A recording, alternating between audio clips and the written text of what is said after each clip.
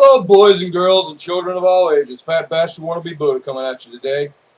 Today's discussion is weird things I believe, or actually my conception of the modern labor movement and how unionism seriously got off track a long time ago.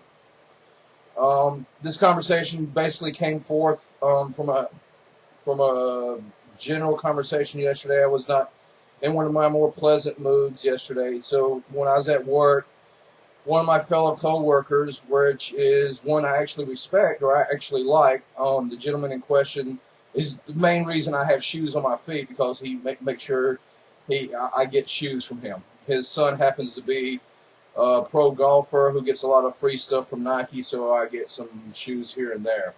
But anyway, that's beside the point. He made an interesting comment that I did not wish to let pass, and most days I spend my entire days not ignoring political commentary from my fellow co-workers or individuals that come into the store, or just people I meet at the local CVS or Publix or Walgreens, because I would find myself in constant confrontations. But this gentleman actually respect and think a little bit more of, so I actually wish to dissuade him of a certain belief system that he currently had. And that's namely that Obamacare is the reason that the overall economy is switching to part-time workers. And there is no connection. There is absolutely zero connection between the implementation of Obamacare and things like large-scale retailers refusing to allow their workers to have full-time status.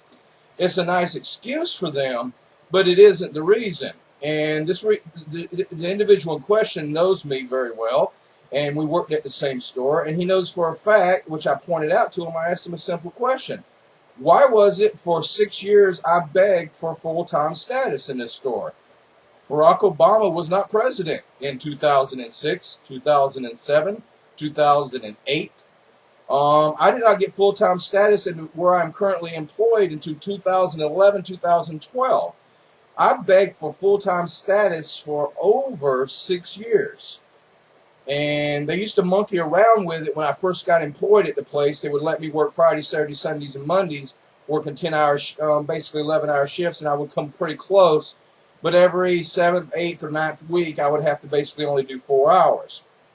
This was working out okay for me when I was had a large amount of scholarships and grant money coming in when I was going to school.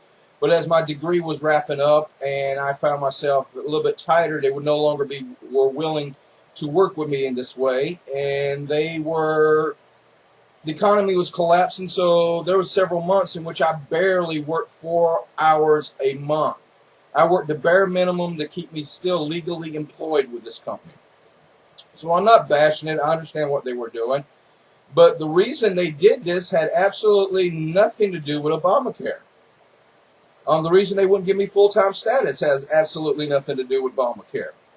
The reason the society doesn't give full-time status is because there's so many bennies besides just health care that comes with being full-time status. And the reason they're getting rid of these bennies today has nothing to do with Obamacare or anything else. It's just basically labor is crippled. That's right. They crippled labor. They no longer fear labor. They no longer fear the rise of unions or their co-workers organizing and demanding to be treated better in the workplace. The American worker is absolutely terrified and so job scared it's willing to work for anything. It's willing to work 2 to 3 or 4 jobs if it has to in order to put food on the table. And it's willing not to ever make a peep about this. They got an extremely job scared people. They broke the back of labor. They broke unions. So now that they have broke unions and they broke labor, they no longer feel the need of giving all these bennies to the workers. And the only reason they gave these bennies for you is not because they cared about you. The stock options, the health care, the copay, there's a whole bunch of lists of things that my company in question does for its full-time employees. Everything from offering benefit packages so that if you use certain products, you get knockdowns on your ATT bill or whatever it is. The reason they offer these packages is not because they cared about their workforce. some would argue about this, but corporations have only one goal, and that's to maximize return on investment. Nothing else. That's the name of the capitalist system. They maximize return on investments, increase shareholder value, and increase market share. They don't care about anything else. The reason they offered the bennies to labor is to buy them off. They no longer have to buy them off. And that was a mistake that labor made for a multitude of reasons. Long time ago, right after World War II, the unions had a sweetheart deal. Capital came to them and offered them a chance to have profit sharing and stock options in control of the company. But they didn't want that. They had no desire to actually, because the unions in question, they pretty well got rid of the Wobblies and the IWW and the more leftist, reddist, or communist, socialist, anarchist unions. They obliterated that. All they had was a bunch of toady unions. That's all that survived the Great Red Scare started in the 1918s. All that was left is the things like United Auto Workers, AFL, the whole bunch of these unions that swallowed up the CIO and the IWWs and other unions. And they crushed the more radical union strain. So you were left with a bunch of toady, cooperative unions that wanted to be partnerships in business, which basically mean you only had to buy off one or two presidents and you milk the whole rest of the union force for tons and tons of money. So these people didn't want that.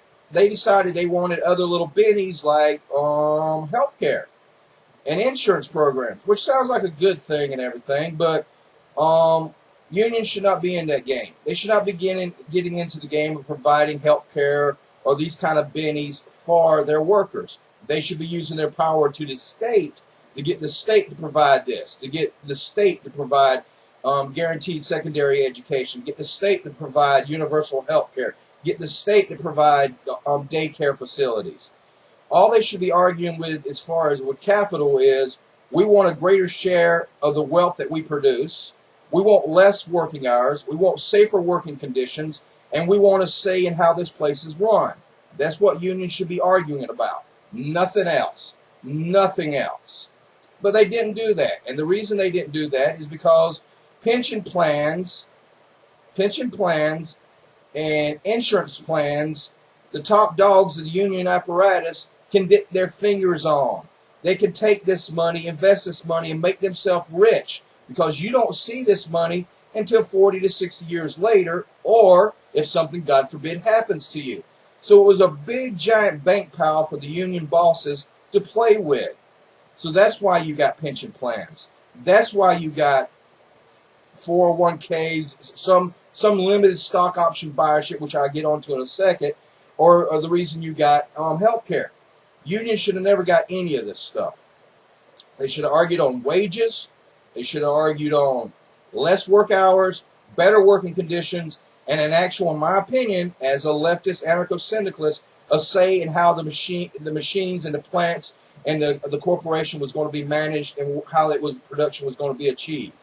Everything else, they should have went through some form of state organization in order to achieve their goals. But they didn't do this. And that's why they slowly but surely got chipped away. And another huge mistake that labor made and unions made is in the late 60s and early 70s, they started doing, and it was too late, they started doing limited stock options or buyouts and things like that. And the reason it was a mistake by them because they didn't have the same amount of purchasing power, or the options weren't as great enough for them to actually control the company they was going to take over. But it gave the false inclusion into the working class. All of a sudden, the working class people started thinking themselves as middle class, as opposed to working class. If you're told when to show up, what to do, and when you can leave, you're a member of the working class.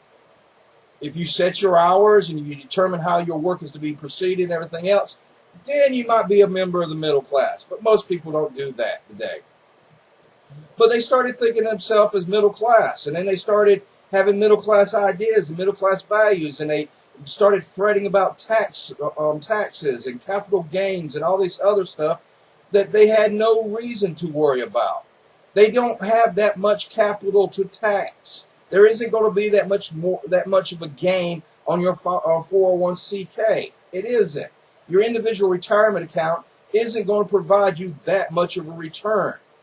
Now, it will provide Goldman Sachs, J.P. Morgan, Chase, Citi, and the rest of the financial interests a massive amount of return on their investment. Those hedge funds and the rest of those boys will make out well, while you are stupid. So, Obamacare has nothing to do with the reason that you are having your hours cut back at all. The reason is you sat back and you allowed labor to be crushed. And that's what's going on right now. That's what ZERP is all about. Quantitative easing 3 or 4 is all about asset inflation for the financial industry and slowly but surely austerity measures to cut away and strip away the social safety net so they can actually break Western labor, so they can break the American labor system, which is already broke, or the German, or the French, or the Greek, or the Italian, or Spaniard, or Portuguese, or Irish. They're going to break them so that we will all be like good little Chinese or Indians and work for Jack. And that's why your hours are being cut back, because there's a class war going on, and you made horrific decisions throughout the entire history of labor in America. And that's my thought for the day. Thank you very much. Like, favorite, subscribe. Thank you.